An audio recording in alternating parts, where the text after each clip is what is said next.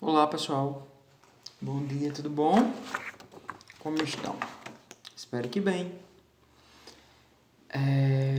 Enfim, teve alguns alunos fazendo reivindicações em relação à quantidade de atividades que os professores estão passando. Eu particularmente acredito que eu não esteja sobrecarregando vocês de atividade, né? Eu estou procurando ser muito flexível. É tanto que eu não cobro atividade todos os dias, todas as aulas, na verdade. Eu também, quando cobro, são atividades de uma questão, duas questões. Eu sei que está sendo difícil para todo mundo, né? Mas se a situação estiver difícil para vocês também, sejam sinceros. Agora, sinceros de verdade, não por uma tentativa de querer se, se esquivar, né, dessa responsabilidade, ok?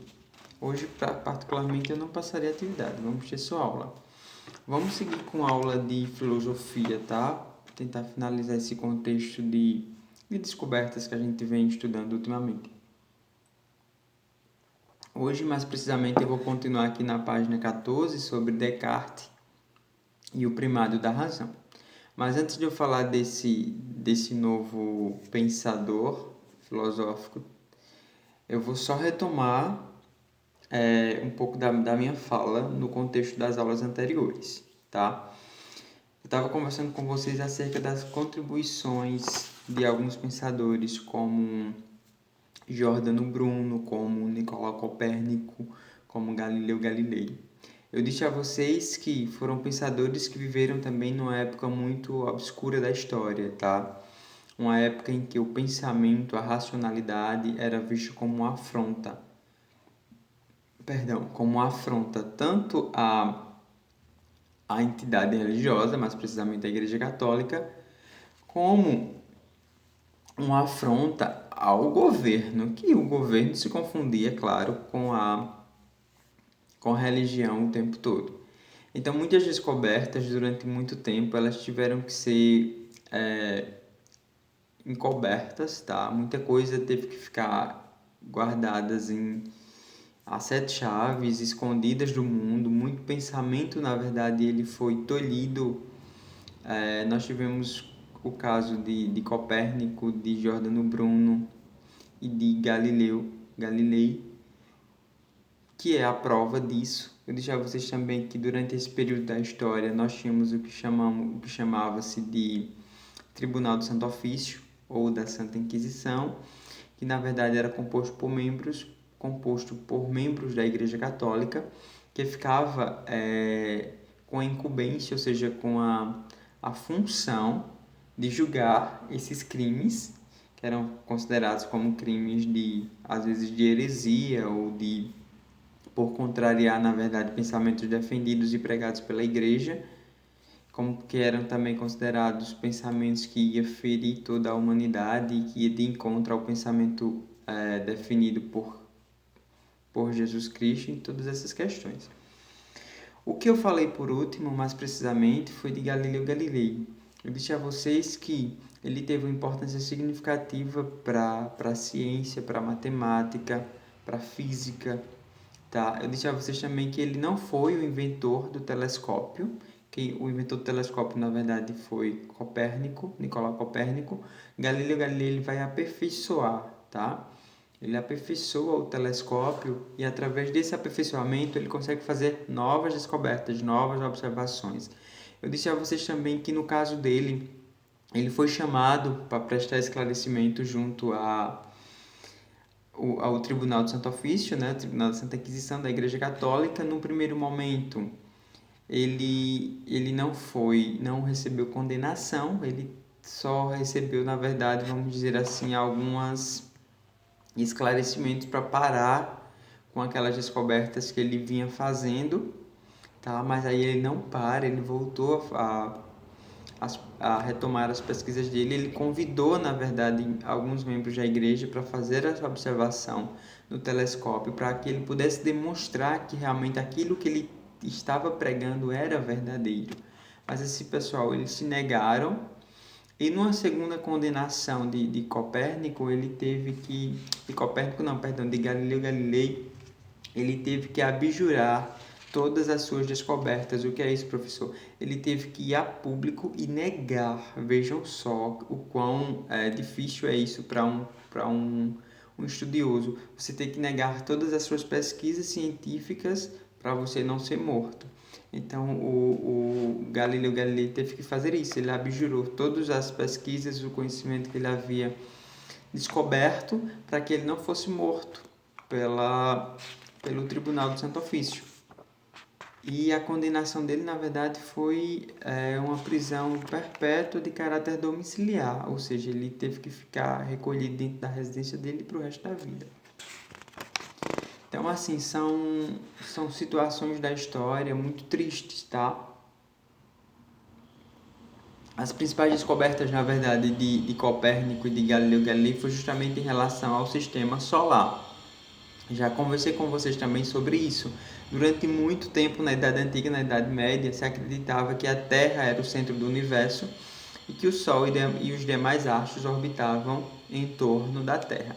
Senão Nicolau Copérnico descobre que é o contrário. Galileu Galilei aperfeiçoou o telescópio para reiterar essas informações, dizendo que não, que o centro do universo é o Sol e a Terra, assim como os demais planetas, fazem essa órbita em torno do Sol. Tá? Então, durante muito tempo, essa informação, apesar de ser verídica, teve que ficar guardada, porque contrariava o que a igreja pregava. Então, se estava indo de encontro a um posicionamento da igreja católica, era um posicionamento que não poderia ser dizimado, não poderia ser compartilhado nem espalhado para as pessoas, porque não era o que a igreja queria, porque isso enfraqueceria o poder deles, já que eles se diziam enviados por Deus, já que eles se diziam que toda aquela organização, na verdade, quase que não sei, toda aquela organização do sistema solar era o que eles pregavam, então eles não queriam que tivesse informações contrárias. Então veja o quanto difícil, na verdade, a ciência teve que lutar para deixar claras e evidências do que realmente é verídico. Então, nesse contexto, seguindo nesse contexto de descobertas de pensadores que buscaram, na verdade, a racionalidade, a verdade, né? A verdade comprovada cientificamente, nós vamos ter Descartes. Então, Descartes, ele era um moderno, tá? Comparado a tantos outros pensadores, ele era um defensor das teorias de Galileu Galilei, porque, de fato, essas teorias eram verdadeiras. Ele também queria clareza, ordem e clareza. O que Descartes queria, na verdade, era trazer mais racionalidade, comprovação, de fato, da verdade, do que havia sido descoberto e do que poderia vir a ser descoberto. Então, deixa eu olhar aqui para vocês. Descartes era um moderno, tá? Que desrespeitava os sistemas filosóficos do passado, como os aristotélicos e os escolásticos, um defensor da ciência de Galileu. No entanto, também ele queria ordem e clareza, a fim de combater o ceticismo ressurgente, ou seja, ele queria combater aqueles dogmas religiosos pregados anteriormente. E acabou por encontrar regras e princípios para governar, respectivamente, o pensamento e o universo. Descartes e toda a família racionalista filosófica, ou seja, todo esse grupo de pensadores filosóficos, mas que buscam um pensamento baseado na ciência e na razão, era considerado como criador.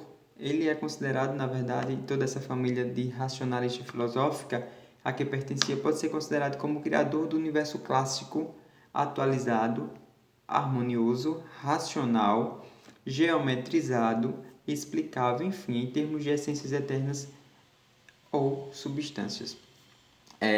Eles trazem agora para a filosofia uma concepção de racionalidade, a questão da matemática, como Galileu Galilei trouxe, tantas outras formas de explicar, na verdade, toda a lógica do universo, tá? Todas as descobertas, elas agora, tudo que acontece, na verdade, tem uma razão científica a ser comprovada. Então, era isso que esses pensadores, essa nova roupagem que esses pensadores estavam trazendo agora para o campo da filosofia. René Descartes ele foi tão importante para a ciência em todos os aspectos que essa concepção que nós temos hoje de saber científico de ciência é uma herança do pensamento racionalista e cartesiano. Logo, ele passou, desde então a ciência passou a ser vista como um modo privilegiado de se conhecer a verdade. Filosoficamente falando, nós sabemos que a verdade ela, ela tem pontos distintos, tá? Assim, a verdade ela não é algo absoluto, em tese. Só que tem verdades que sim, traz uma certa razão absoluta, como por exemplo a questão do conhecimento do sistema solar. Já foi comprovado cientificamente através de observações que sim, que o Sol é o centro do universo, que Terra e demais planetas orbitam em torno dele, fazendo aqueles movimentos que nós conhecemos como movimento de rotação e o movimento de translação, desencadeando dias e noites, desencadeando todos os dias do ano, né? Os 365 dias e 6 horas, que é o tempo que a Terra faz em torno do Sol, enquanto ela gira em torno do Sol, ela também gira em torno do seu próprio eixo. Então, esse tipo de verdade já é uma verdade relativa, ou já é uma verdade absoluta, tá? É uma verdade que já foi comprovada cientificamente, então ela não carece mais de questionamento. Né? Se houver questionamento, que seja em relação a outras situações, mas isso já é algo comprovado. Então, isso é algo de positivo que a ciência traz, a pregação da verdade. Agora, se nós estamos falando de concepções sobre conceitos mais abstratos, né? Conceitos como o preconceito, o racismo, coisas assim mais ligadas a ideologias. Então, essa verdade que eu posso pregar, ela pode ser que ela não seja totalmente absoluta. Por quê? Porque são concepções. Então, eu posso ter uma verdade sobre determinada situação, sobre o contexto de violência doméstica, por exemplo, sobre o contexto de herança e tantas outras situações que às vezes nós damos opiniões, que às vezes essas opiniões elas não são necessariamente verdades absolutas, porque elas podem ser vistas de outro ponto de vista, tá? Diferentemente de uma verdade que a ciência comprova. Certo, queridos? Então, esse pensamento de Descartes, ele traz muito isso. Ele traz o conhecer a verdade através da comprovação e o quanto isso é importante para evitar, às vezes, pensamentos contraditórios. Nós temos outro pensador que é Theodor Adorno e Max Horkheimer, que eles escreveram que, assim, o caráter orgânico da natureza desfez na ideia mecanicista de uma natureza cujas engrenagens já estão, portanto, articuladas por leis plenamente acessíveis à reflexão nacional. O passo seguinte seria estabelecer um projeto completo de domínio da natureza em virtude de uma excessiva confiança nos poderes da razão. Adorno e Horkheimer chamarão essa racionalidade de razão instrumental, isto é, razão que se preocupa apenas com a eficácia e descuida dos objetos que se quer alcançar. Essa concepção agora de razão, de comprovação da verdade, defendida que veio de Copérnico, Giordano Bruno, de Galileu Galilei, de Descartes, com esses novos, mostrar que realmente o conhecimento da natureza como um todo, não só do ser humano, ela parte muito da questão da razão, do que pode ser comprovado, do que pode ser estudado. Tá? Então, essa concepção desse conteúdo aqui, hoje ele gira em torno dessa órbita, tá? Sobre conhecer a verdade e do privilégio de se conhecer a verdade através da comprovação científica. Ok, queridos? Eu vou finalizar essa aula por hoje. O conteúdo também é pequeno e eu não pretendo passar a atividade para vocês, só quero que vocês relembrem esse assunto que nós já estudamos, que na próxima aula eu vou finalizar esse módulo, tá? E quando eu finalizar esse módulo, eu vou ver o que eu passo como forma de avaliação, tá? Se tiverem alguma dúvida em relação a esses conceitos também, podem me questionar, tá? Que eu tô aqui para fornecer esse suporte a vocês. No mais, um grande abraço. Fiquem tranquilos, assim, não se sintam também sobrecarregados. É necessário a gente seguir a vida porque essa situação ainda não chegou a um ponto de equilíbrio, né? Então, precisamos dar andamento, a vida não pode parar. Um abraço, viu? Boa tarde.